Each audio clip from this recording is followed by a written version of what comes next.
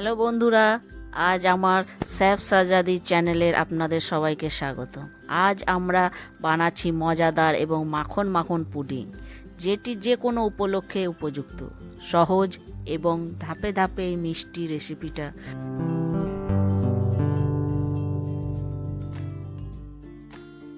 তো আমি এবার পুডিং বানাবার শুরু করলাম। দেখুন, আমি 500 দুধকে আমি দুটো পাত্রের মধ্যে আড়াইশো আড়াইশো করে নিয়েছি।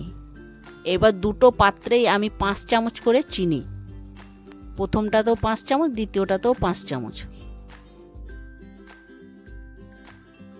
এবার আমি দিচ্ছি এতে কর্নফ্লাওয়ার 5 চামচ মতন, এতেও প্রথমটাতেও আর দ্বিতীয়টাতেও। এবার এই দুটোকে আমি ভালো করে ফেটিয়ে নেব।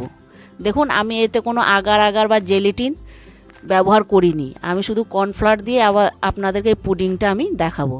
এবার প্রথম পাত্রে আমি চকলেটের পাউডারটা দিলাম, ওটাকেও আমি ভালো করে দেখুন মাখিয়ে নিচ্ছি।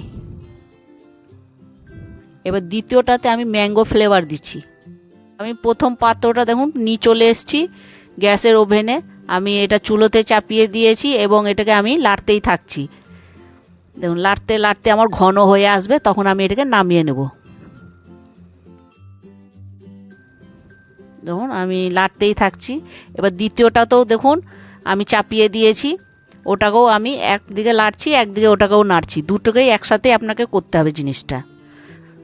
দেখুন, একবার ওটাকেও নাড়ছি, একবার এটাকেও নাড়ছি, দুটোকেই আমার ঘন করে নিয়ে আসতে হবে। এই পুডিংটা বানাতে খুব সহজ, 3টে উপকরণ দিয়ে আপনারা বানিয়ে নিতে পারবেন এবং যে কোনো ফ্লেভার দিয়ে। এবার দেখুন, আমি একটা পাত্র নিয়েছি, এতে আমি দেখুন একবার দিলাম চকলেট পাউডার, একবার দিচ্ছি ম্যাঙ্গো ফ্লেভার। এইভাবে আমি উপরে উপরে সাজিয়ে দেখুন সাজিয়ে নিলাম। দেখুন, আমার ম্যাঙ্গো ফ্লেভারটা উপরে দিলাম। দেখুন, আমি ওইভাবে আবার সবকে সাজিয়ে নিচ্ছি।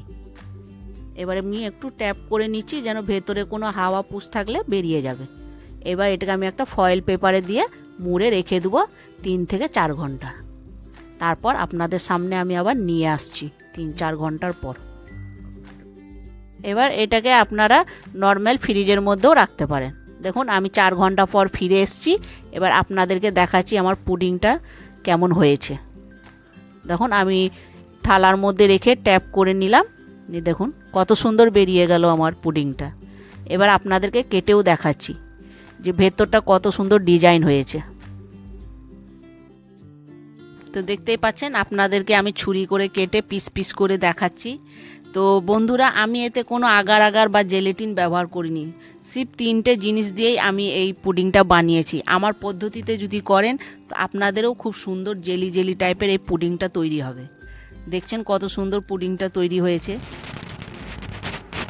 তো বন্ধুরা, আমার পুডিংটা দেখলেন কত সুন্দর হয়েছে, জেলি জেলি। 3টে উপকরণ দিয়ে আমি এই পুডিংটা বানিয়েছি। তো পুডিংটা যদি আপনাদেরকে বন্ধুরা ভালো লেগেছে তো কমেন্টে অবশ্যই জানাবেন এবং লাইক সাবস্ক্রাইব করবেন।